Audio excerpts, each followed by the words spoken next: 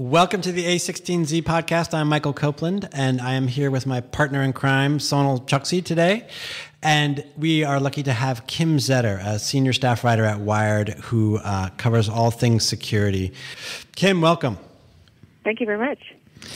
So, Kim, we wanted to actually talk to you about what's going with RSA coming up, with what's going on in the security world, and starting with all these hacks that have been happening lately. Is it like a lot more than what's been happening before, or are we just hearing about it more? I mean, I'm talking about big companies from Target to the Sony hack. I mean, there's just been so many. You could probably list more of them than I can. Yeah, I mean, all of this has happened before. What is happening here is the government's focus on cybersecurity, and by government I mean the Obama administration specifically, has made cybersecurity one of its primary focuses. And that has then trickled down and caused everyone else to focus on this more, because that means money now is going into cybersecurity. So the business world is focusing on it as well. In terms of the number of hacks, that's sort of the result of the media obviously paying more attention and the public paying more attention. But we've always had these kinds of hacks. Even the hacks against Target and Home Depot, we had a series of hacks back in 2008 and 2010 against TJX and Barnes & Noble and companies like that. So what changes is, in some of these hacks, is that we get a little smarter with security, and so the hackers have to go back and retool their techniques, but they do come back again. They come back with new techniques and new methods and new tools just to achieve the same ends. Are there any common denominators to what made all the most recent hacks happen? Were they all phishing? Were they through the entry point through email? What was the common thread, if there was one, with all of them? Well, phishing attacks is one of the primary ways that attackers get in. Oddly, that wasn't the case with the Target hack. In that case, this was an interesting case study because this involved a third-party company. In this case, it was a heating and air conditioning vendor. And they had some kind of connection to Target's network for billing purposes. I don't quite understand the whole reason for that, why there needs to be some kind of connection there between the two networks. But anytime that there is connection, hackers are going to be smart, and they are going to route their way through those networks and find the systems that they want. So in this case, they went through the access that this third-party vendor had into Target's network and used that as a pivoting point to then get themselves to the card network where the debit and credit card numbers were being processed. So that was an interesting case, and that's something that I think we will see more of. We sort of see, victims get hacked, obviously, and their systems are insecure. But a growing problem are the issues with third-party vendors, contractors, other people that you work with that are going to become a conduit for hackers to get to you. So even though they might not come to you directly, that is a vulnerability that not only businesses have, but the government has with its contractors. I have a question. You say that you don't think the frequency has gone up, but is there more at stake? So you describe how there's more third-party vendors, for example, who have access to these systems, and systems get bigger and bigger and more complex and more interconnected. Is there just more to go after, and therefore there's more at stake, or have you not seen it change that dramatically? I think that obviously, more and more stuff is getting put online. So let's take the health records, for example. Huge push from the government to digitalize all of our health records. Well, there were always problems in some cases where you might have records or systems, medical systems that were connected to the internet, but now we've just tripled and quadrupled that, and so that creates problems. More and more data, more and more systems are becoming digitalized, and then that creates new vulnerabilities and different kinds of data for hackers to go after, and so that creates the new opportunities. Right. So with the recent hacks that have happened, what else have they shared in common? So we describe phishing as one of the avenues, and you've said that the hackers have just gotten smarter. But how does that happen? I don't mean to say that people are stupid, but why are they not figuring this out? She was looking at me when she said, "I don't mean to say people are stupid." If I sent an email to you, you would open it, right? Yeah. I hope so. Yeah, I would. Yeah, we're friends. So yeah. Hackers have the ability to send you an email that in a way that it appears to come from me. It can appear to come from your HR department or your manager, and they're not sending spam email about Viagra. They're going to send you an email with an attachment that appears to be the new budget document that you were waiting for, or an HR document about benefits. So walk us through the mechanics of that, though. How can they actually do that? Like, how do they know if they're not in the company to be able to figure that out?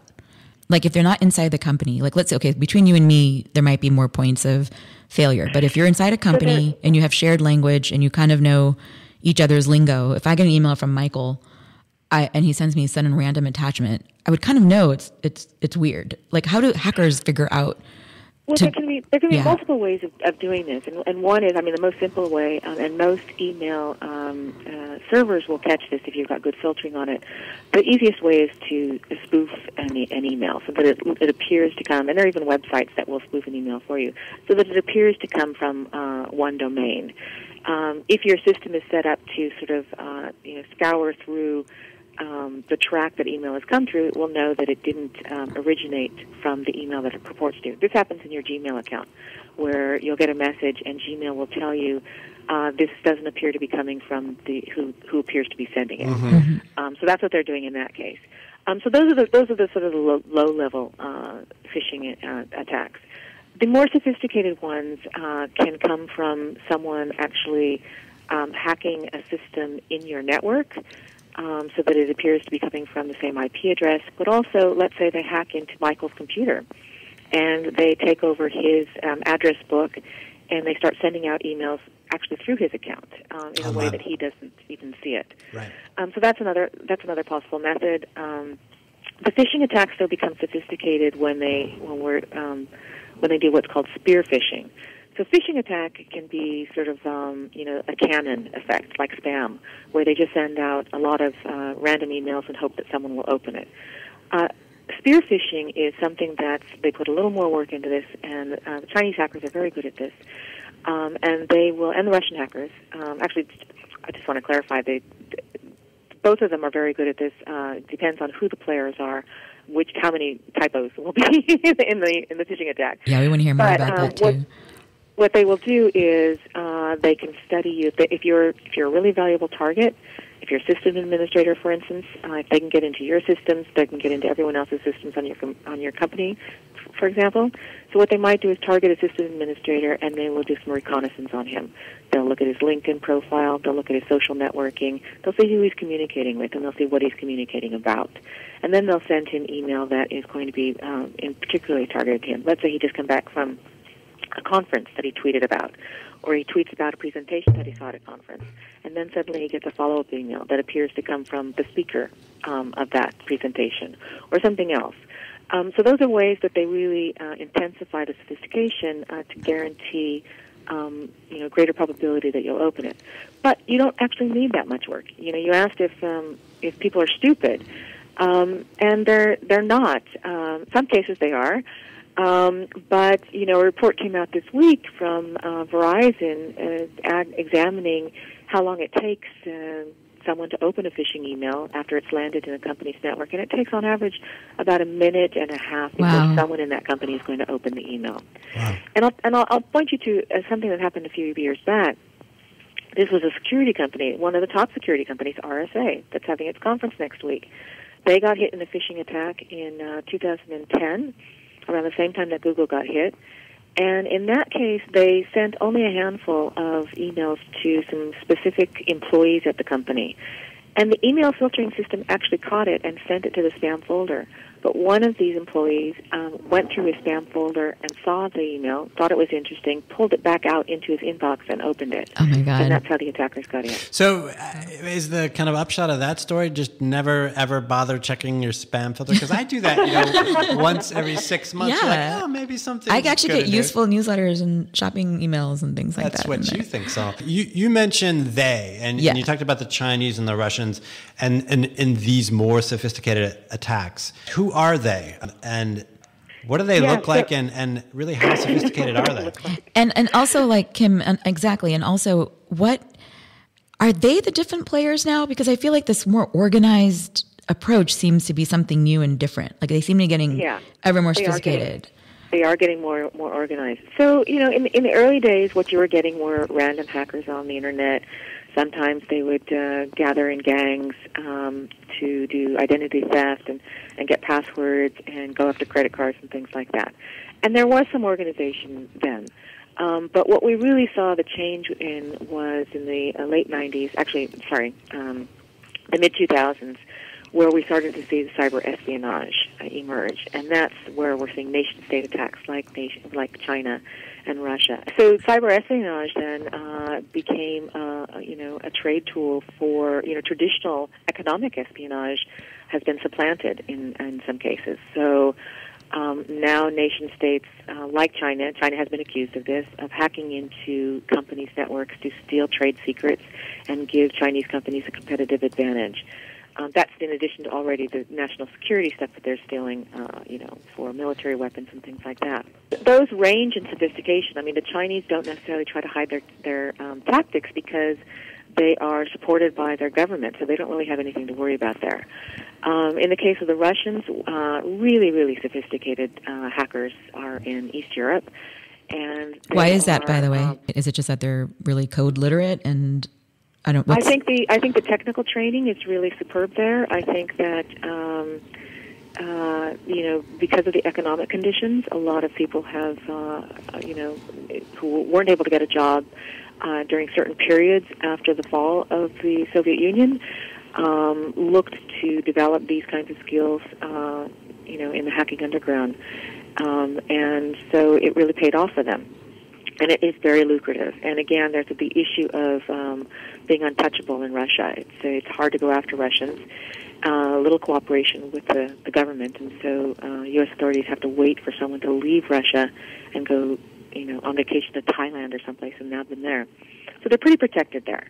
And in some cases, they may be supported by the Russian government as well.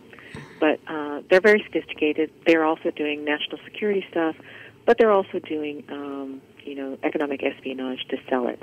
So economic espionage is so you're saying to sell the product that they're hacking or to extract rents? Because I've been hearing stories about ransomware coming from Russia as well. Yeah, so that's a different kind. That would be more on the criminal ground rather than the espionage ground. Okay. Yeah, so ransomware is another interesting thing that's growing right now, and that started out very not sophisticated.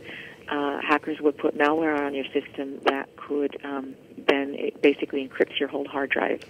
And then they send you a message saying, give us this amount of money in order for us to let you have access back to your data.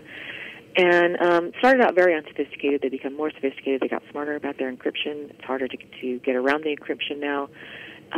And also, we're seeing different kind of ransom, such as the case of Sony, where they did ask for money, or they appeared to be asking for money in Sony's case. But they weren't looking at preventing Sony from accessing its data. There, the threat was, if you don't comply with our demands, we'll release the data. And I think that's what we're going to see more of. I think that's a new trend that we're going to get. And so you question, in the case of the Sony hack, whether it was North Korea, or do we still not have a clear picture on who it might have been? Well, the government is clear. The government has been very adamant that North Korea is behind it and that they claim they have evidence of it, and they implied, although they don't tell us directly, that they know because of some kinds of perhaps signals intelligence that the NSA has collected. But they don't say that. Right. So we're left to sort of connect dots that we're not sure can be connected. My issue with the attribution is always difficult, no matter whether it's the Sony hack, a really loud hack like that, or a quiet hack, whether it's a sophisticated hack or an unskilled hack. The way we get hackers, the way we prosecute hackers, is usually because they've done something stupid and they've exposed themselves. They've used their real IP address instead of going through a proxy, or they've bragged about their activity to someone who's an undercover fed online, something like that. Attribution in nation state obviously is going to be a lot more difficult because they have a lot more resources and skills. So the idea that the government would say definitively this is North Korea already is a little shaky. And what they've provided as evidence is an IP address that they say is, which they haven't even disclosed the IP address. All they've said is that an IP address was used that to conduct the Sony hack that North Korea is known to have used, or North Koreans are known to have used. And that's a pretty vague statement, because they're not actually saying this is an IP address assigned to North Korea, this is an IP address that North Korea used to hack Sony. They said this is an IP address that North Korea is known to have used in the past, meaning. So that's pretty flimsy. And also, just if you can trace activity back to an IP address, and that's difficult in itself to find the real originating IP address, you also have to know whether or not that machine was hacked as well. So just because we've traced an attack to your machine, Michael, doesn't mean that you were the one sitting at that computer conducting the attack. Hypothetically, let's be clear about that. Hypothetically, someone else could have subverted your machine, hijacked it, and be conducting an attack through it. Right. So that's another problem with IP addresses. And until the government can provide, some more extensive proof, it raises questions. And why does it raise questions?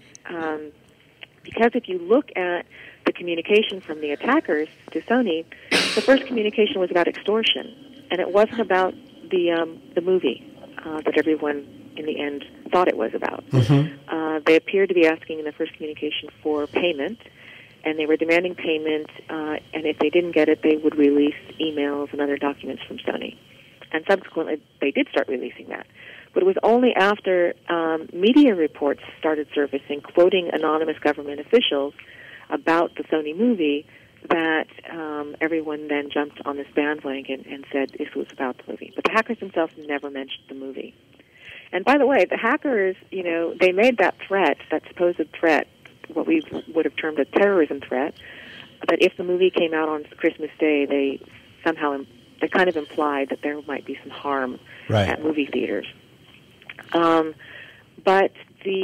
they also made some threats that if Sony released the movie, they would release more of Sony's data. But the movie came out, and we never heard from the hackers again. No more data. So it's also interesting to me that the data that they released, a lot of it pertained to Sony's efforts against piracy. And that's an issue that I can't really see North Korea being all that concerned about. Mm-hmm. But it is an issue that the hacking community, the underground community of Anonymous and groups like that, have had a gripe with Sony for years over the anti-piracy efforts. And so it makes much more sense, given if you look at the communication from the hackers, if you look at the data that they released, and if you look at the fact that they never brought the movie up, it really comes across as sort of a traditional kind of hack that we've seen before against Sony.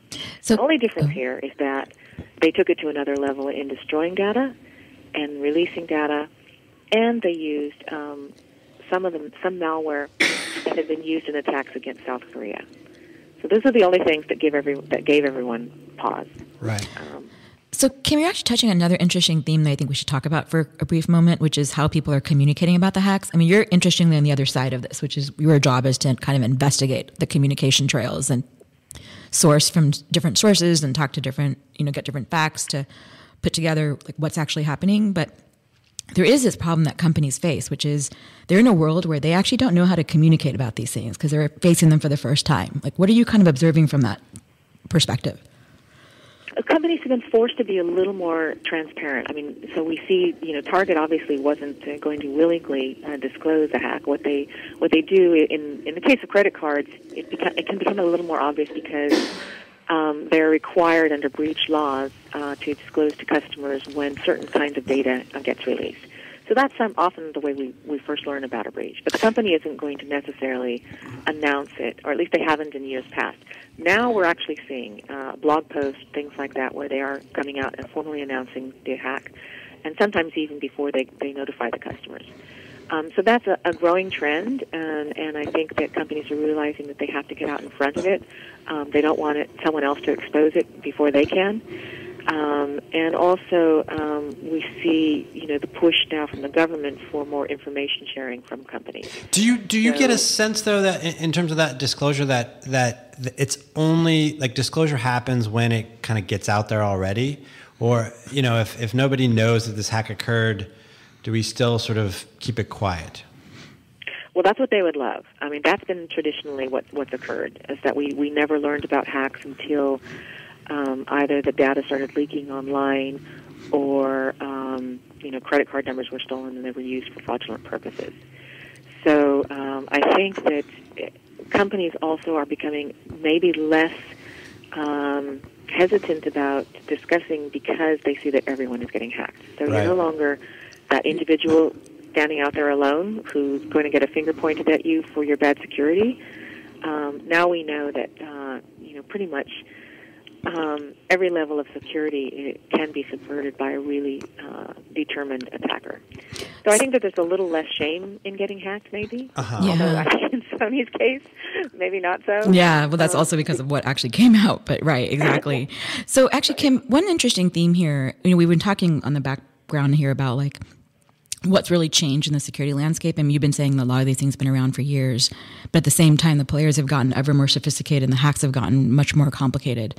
But one thing that's kind of interesting that you and I used to talk about at Wired is this trend that sometimes companies are actually, it's completely turning around the paradigm where before the model for security was you just defend to protect. So are we seeing people go on the offensive, basically?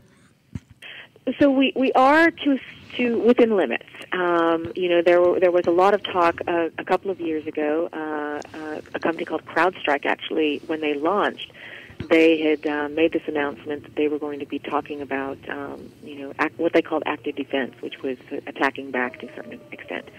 And then I think they realized that some of the stuff that they might be advocating was illegal.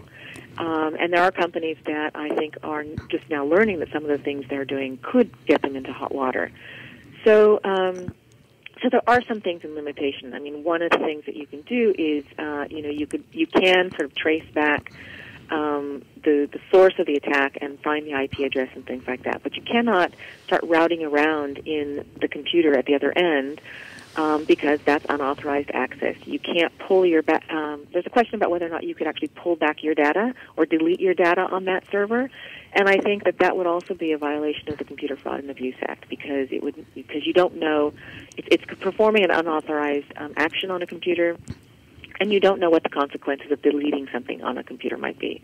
And also, I want to point out that as I said, hackers route their way through other computers to conduct their attacks. So they could be on your computer, and if your computer is used to attack me, and I go into your computer to erase data, you weren't the perpetrator, and I could cause damage to your system, not to the original attacker system. So there are a lot of legal and ethical issues around this. But one way that companies are sort of, not attacking back, but responding in a more active way, certainly not defensive, is going through the courts and getting systems taken offline. And so we've seen this a couple of times with Microsoft, where they've gone to, they filed a civil action in courts in order to get certain IP addresses or hosting companies taken down in order to control botnets and other malicious activity that's sort of congregating in certain IP addresses. But what can companies do? Because the fact is that 10 years ago, or even as recently as 5 years ago, the security model was to defend and protect, like the McAfee antivirus firewall, sort of thing. But we're talking about very different types of hacks these days that are going through your various systems internally. Like we talked about the intimacy of coming from your colleague or your next door neighbor. So what can companies do then to sort of better arm themselves? I mean, it seems like this is a whole brave new world of security. Yeah, I think the shift is less from keeping attackers out, although, you still need to do that. You need to do everything you can to keep them out. But I think that companies are becoming more realistic and realizing that they need to put a lot more resources into discovering intruders that may already be in the system. And so that means improving their monitoring and logging capabilities and making sure that if when they have monitoring and logging capabilities that they're actually reading those logs.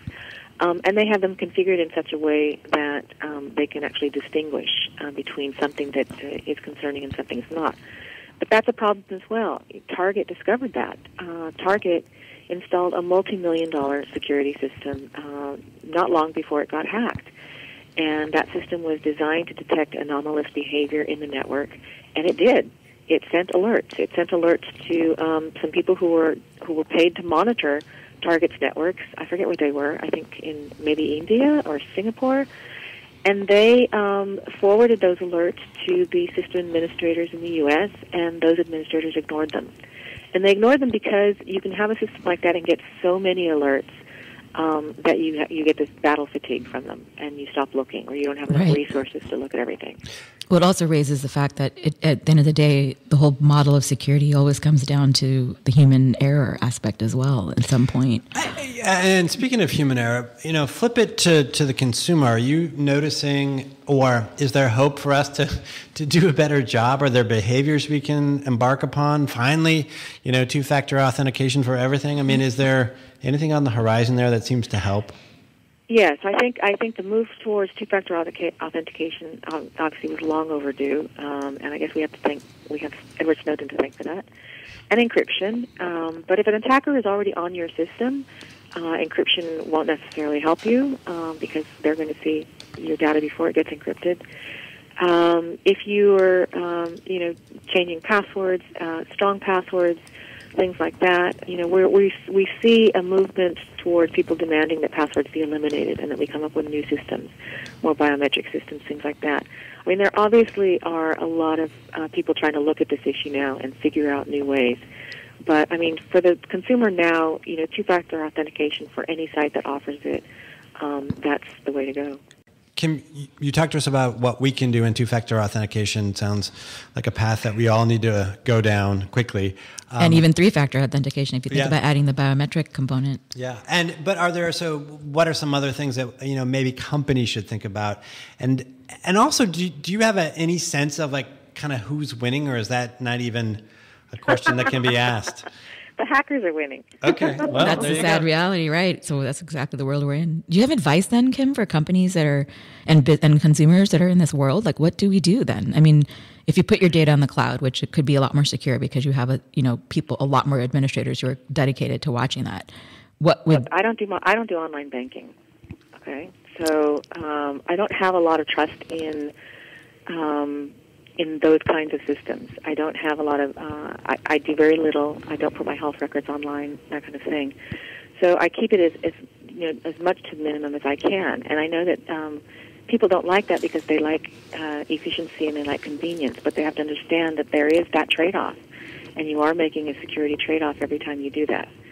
So if you do make that trade-off, then what would your parting words of advice be for people to be able to audit the companies they're working with? Whether they're a person or a company? I don't know that the average person can do that because the average person isn't going to know. Even if you want to put your data in the cloud, do you know how adequate that audit was? So it's kind of this circular problem. But I think minimally, if you are a company that's considering using a cloud company. Cloud storage, there are some things that you can do. You can find out if the company has been independently audited and that their security is to a level that you're feeling comfortable with.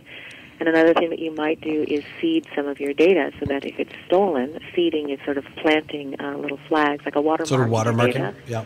Yeah, so that if the data is stolen, you can see the source of it, and then you can come back to the cloud company, and you may be able to tell them, "Hey, you've been hacked."